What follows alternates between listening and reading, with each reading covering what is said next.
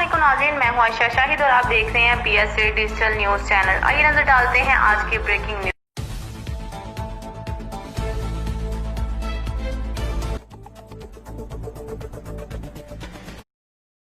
इस वक्त गवर्नर पंजाब चौधरी मोहम्मद सरवर के कोऑर्डिनेटर मियां वहीद अहमद हमारे नुमाइंदे मोहम्मद मंशा शाहीन के साथ गुफ्तगू कर रहे हैं। आइए आपको दिखाते हैं।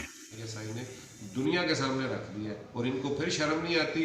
ये कंटेनर पे चढ़ के ये मुख्तलिफ जलसों में जाके ये बाहर दुनिया में बैठ के उसी फौज के खिलाफ ये बातें कर रहे हैं।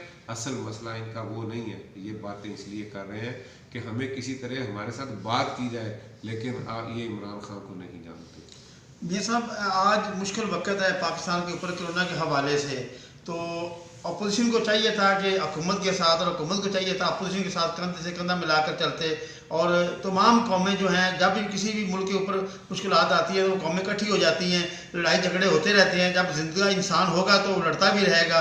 आज मुश्किल वक्त है, आज अवाम के ऊपर भी मुश्किल वक्त है कोरोना के हवाले से, तो अपोजिशन और हुकूमत को चाहिए एक प्लेटफॉर्म पर मिलकर बैठ कर ये आगे लाहे अमल तैयार करें। अच्छा साहब, बड़ी अच्छी बात आपने की। ये इसमें कोई शक नहीं, मैं समझता हूँ कि इसमें पहल जो है ना हमेशा हुकूमत को करनी चाहिए। लेकिन आपके सामने है कि फैटफ पे एक बहुत अहम मौजू जो हमारा जो पाकिस्तान का या किसी भी मुल्क का इन्हिसार जो है ना इस बात पे कि अगर उस पर कोई ऐसी पाबंदियाँ लग जाएँ तो उसका क्या बनता है, उसकी मैशत का क्या हाल होगा। जब इतना बड़ा मसला था तो उस पर भी जब हमने इनके साथ इजलास बुलाया गया, जब भी कभी असम्बली में बहस के लिए या इनसे बात की गई है या इनसे कोई मीटिंग्स हुई हैं, तो आपके सामने इन्होंने एक 34-35 नुकात का एक जो है ना वो पेपर दे दिया कि उसमें सिर्फ ये है कि जी नैब को ख़त्म कर दिया जाए, केसेस ख़त्म कर दिए जाए, ये कर दिया जाए। यानी हर जगह के ऊपर वो मुल्की सलामती का मामला हो, किसी भी तरह की बात हो, और आज ख़ास तौर पे जब इतनी बड़ी, मैं समझता हूँ कि हमारे सर पे जंग जो है ना वो उसके ख़तरात हमारे सर पे मंडला रहे हैं। और आज जो खित्ते की सूरत हाल है, जो इंडिया कर रहा है, जो कश्मीर में कर रहा है, उसके बाद मैं नहीं समझता कि हमें अपोजिशन को और जो है हुकूमत को एक पेज से हट के बात करनी चाहिए। लेकिन इनसे बात करते हैं तो ये सिर्फ एक बात करते हैं कि जी पहले हमें, और एहतसाब का रास्ता मैं समझता हूँ कि इस मुल्क को जितना नुकसान करप्ट लोगों की वजह से पहुँचा है, जो एक करप्शन की वजह से हुआ है, उस पर तो वो कैसे भी हालात हो, वो चाहे जंग के हालात ही क्यों ना हो, ये अमल नहीं रुकना चाहिए। ये बिल्कुल जो है ना एहतसाब का अमल नहीं रुकना चाहिए। वो चाहे हमारी जमात में हो लोग, वो चाहे किसी भी जमात में हो। ये पाकिस्तान अपने पाँव पे खड़ा ही तब होगा, और आपके सामने जो बाकी इतने सारे इस्लामी ममालिक हैं जो उनकी हालत हो रही है, जो ये तो फौज के खिलाफ जिस तरह से बात कर रहे हैं, इनको शर्म आनी चाहिए। इनके सामने लिबिया का हाल है, इनके सामने मिस्र का हाल है, इनके सामने इराक का हाल है, इनके सामने जो फ़लस्तीन में हो रहा है इनके सामने है, इनके सामने अफ़गानिस्तान का हाल है। अगर वहाँ पे उनकी फ़ौज तगड़ी होती तो इस तरह की बात ना होती। ये सारा कुछ, और ये यही चाहते हैं यहाँ पे, क्योंकि इनकी जायदादें बाहर हैं। इन्होंने बाहर, तमाम लोगों ने इनके बाहर दूसरे मुल्कों में जायदादें और उन्हीं से पैसे लेके, और यहाँ पे जो भी दहशतगर्दी होती रही है ये उनके साथी बन के, और इन्होंने, और ये इतने ये महब वतन थे तो इनकी मौजूदगी में इनकी हुकूमतें रही हैं, तो दहशतगर्दी करता रहे। अल्ताफ साहब कभी उनसे बोले तो नहीं है, ये कभी इन्होंने बात भी नहीं की, वो भी इमरान खान ने की। और मैं समझता हूँ कि आज भी जो ये बोल रहे हैं, ये दहशतगर्दों वाली ज़ुबान जो ये बोल रहे हैं, मैं तो ये हम बात नहीं करना चाहते ऐसी, लेकिन बदकिस्मती ये है कि इस मुल्क के अंदर जितना इस मुल्क को बुरा कहता है, जितना इस मुल्क के अदारों को बदनाम करता है, जितना इसकी जुडिशरी पे बात करता है, वो उतना बड़ा उसको लीडर समझा जाता है। मैं, और जो जेल जाता है वो समझता है कि ये शायद कोई बहुत बड़ी बात है। कायदे आज़म तो जेल नहीं गए, बड़े बड़े लीडर दुनिया के अंदर जो हैं वो ज़रूरी नहीं है। और मज़े की बात यह है कि ये क्रिमिनल हैं और ये गए हैं करप्शन में, और ये सियासी कैदी बनते हैं। जनाब ये साहब, पहले तो ये मुल्क के साथ खेलते रहे हैं, मुल्क के इदारों के साथ खेलते रहे हैं, अब ये अवाम, पाकिस्तानी अवाम की जानों के साथ खेल रहे हैं, इतने इतने मजमे इकट्ठे करके। इनके बारे में आप क्या कहना चाहते हैं? देखें जी, ये बात तो मेरा ख्याल है मियाँ शहबाज शरीफ साहब से पहले पूछनी चाहिए कि जब वो आए थे तो कोरोना की वजह से भागे आए थे ना, कि जी मुल्क को इस वक्त ज़रूरत है, मेरी आवाम को ज़रूरत है। कोरोना पे आके बड़ा लैपटॉप सामने रख के 2-4 दिन उन्होंने ये ड्रामेबाजी जिस तरह की ये जमात करती है उन्होंने की। उसके बाद आप देखेंगे अब जब इनको एक समझ आए कि हमने प्रेशर बढ़ाना है, वो चाहे उसमें जाने जाएं जो मर्जी हो, आवाम की जानों का कभी भी इनसे कोई ताल्लुक नहीं रहा। अगर ताल्लुक होता तो मंशा साहब कश्मीर के अंदर जो हमारी माओ बहनों के साथ, जो हमारे जवानों के साथ, जो हमारे वहाँ पे बूढ़ों के साथ हो रहा है, वो ना होता। आज ये डाल रहे हैं, इस वक्त हम पे डाल रहे हैं। इनको शर्म नहीं आती कि इन्होंने किया क्या कश्मीर के लिए? आज तक इन्होंने आवाज़ नहीं उठाई। और जो BLA के मेंबर हुकूमत ने हाथ डाला, ये उनकी हमायत करते हैं और उन लोगों को स्टेज पे साथ खड़ा करके उनसे तकरीरें करवाते हैं।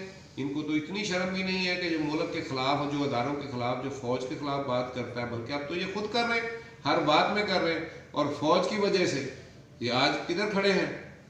फौज ने ही लाए हैं। और मैं हाफिज हुसैन अहमद की बात को बिल्कुल जो है ना वो उसकी तायद करता हूँ। उन्होंने जब ये कहा था कि आस्तीन के सांप पाले हैं अदारों ने, और मैं समझता हूँ कि वो आस्तीन के सांप जब उनसे पूछा गया कि आप नवाज शरीफ की बात करें, तो उन्होंने कहा जी मैं करता हूँ। उसको आपको पता है कि मौलाना फजलुर रहमान साहब ने पार्टी में शोकाज नोटिस और उनको, तो उन्होंने कहा कि मैं फजलुर रहमान की वजह से पार्टी में नहीं हूँ, मैं उनसे पहले का जो है ना, मुझे मुफ्ती महमूद साहब ने इस पार्टी में शामिल किया था। तो अगर कोई बंदा सच्ची बात करता है तो सच तो यही है कि जनाब ये आज भी ना इन्होंने पहले पाकिस्तान के लिए कोई कारनामा किया है, ना अभी को पाकिस्तान के मुखलिस हैं, और ना अवाम के साथ इनकी कभी कोई ऐसी हमदर्दी रही। अगर पाकिस्तान की अवाम से हमदर्दी होती तो यहाँ पे गरीब जो है ना जिस हालत में है, और ये अरबों रुपए के जो है ना वो फ्लैट्स में रहें, ये अरबों रुपए की इनकी जायदादें हों एक एक की। और जो वो हमारे वजीर ख़जाना थे, बड़ा गुस्सा लगा लोगों को कि उसके बाप की साइकिलों की। ये तो मैं तो समझता हूँ अगर कोई अच्छे तरीके से आगे जाता है तो उसको अप्रिशिएट करना चाहिए, अगर कोई तरक्की करता है तो उसको अप्रिशिएट करना चाहिए।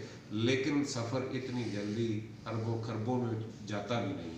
जब ये सरकारी ओहदों पे आके जब ये वज़ीर बने और उसके बाद ये अरबपति हो जाए और ये बड़े बड़े टावर्स जो हैं दुबई में और दूसरे मुल्कों में उनके मालिक बन जाए इनके बच्चे, जिनकी कोई काबिलियत भी नहीं है, वो सिर्फ इसलिए कि वो मियाँ नवाज शरीफ का दामाद है तो वो अरबों खरबों का मालिक बन जाए। और जो दूसरे भागे हुए इनके बच्चे जो मफरूर हैं, इनके दामाद, वो कहाँ से आया उनके पास इतना पैसा? यहाँ पे जो इतने साल पढ़ के हमारे यहाँ पे लोगों को, हमारे आम आदमी को तो वो बमुश्किल से उसकी रोटी पूरी होती है, वो अपने बच्चों को मुश्किल पढ़ाता है, वो ज़िंदगी में एक घर बनाना उसके लिए मुश्किल होता है। तो ये अरबों खरबों के मालिक हैं। ये कैसे हुआ? ये सारा कुछ जो है लोगों के सामने है, लोगों को आंखें खोलनी चाहिए। इनको आवाम से कोई हमदर्दी नहीं है, वो कोरोना हो, वो कोई और बीमारी हो, वो किसी तरह का हालात हो, आवाम के साथ इनका कोई ताल्लुक नहीं है। क्योंकि ये वो सियासतदान हैं जो सिर्फ अपने मफाद के लिए सियासत करते हैं। इन्होंने कभी इस मुल्क के अंदर इंसान साजी का, इस मुल्क के अंदर इस मुल्क की खिलाफियात को बिगाड़ने में जो सबसे बड़ा रोल पाकिस्तान के अंदर है वो शरीफ ख़ानदान का। मैं समझता हूँ कि इन्होंने रिश्वत को आम किया, इन्होंने पर्ची को आम किया, और दूसरे अभी जो लीडर आए हैं पर्ची पे चेयरमैन बन गए हैं। मुझे ये बताएं कि जिनकी पार्टियों के अंदर जमहूरियत नहीं है वो पाकिस्तान में क्या जमहूरियत लाएंगे? और मैं समझता हूँ कि इस वक्त अगर कोई लीडर है पाकिस्तान के अंदर, आज पाकिस्तान की आवाम की उम्मीद है, आज नौजवानों की उम्मीद है, आज यूथ की, आज यहाँ पे गरीबों के लिए कोई उम्मीद है जो गरीबों की बात करता है, वो रियासत मदीना को सामने रखते हुए अगर कोई बात करता है तो वो इमरान खान है। और अल्लाह ताला उसे ज़िंदगी, सेहत दे और हिम्मत दे को इन डाकुओं के साथ, ये जो डाकू मूवमेंट है उसके साथ, पूरे लोगों के साथ, देखें अकेला खड़ा है। मैं आपकी बात पे फिर आता हूँ कि हमें बिल्कुल अपोजिशन, लेकिन कौन सी अपोजिशन? अपोजिशन तो बात करती ही नहीं। अपोजिशन तो ना मुल्क की बात करती है, ना आवाम की बात करती है, ना बीमारी पे बात करती है, ना सेहत पे बात करती है, ना एजुकेशन पे बात करती है, ना अपनी जो है वो हमारी डिफेंस पे बात करती है।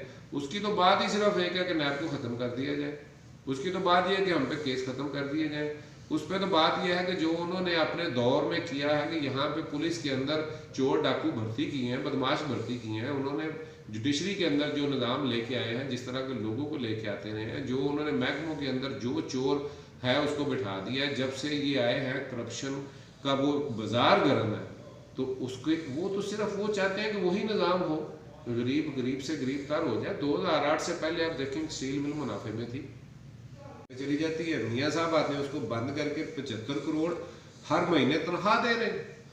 यार कुछ खुदा का खौफ करें। क्या अपनी फैक्ट्रियाँ जो आपने बंद की है कभी उस पर आपने तनख्वाह दी किसी को?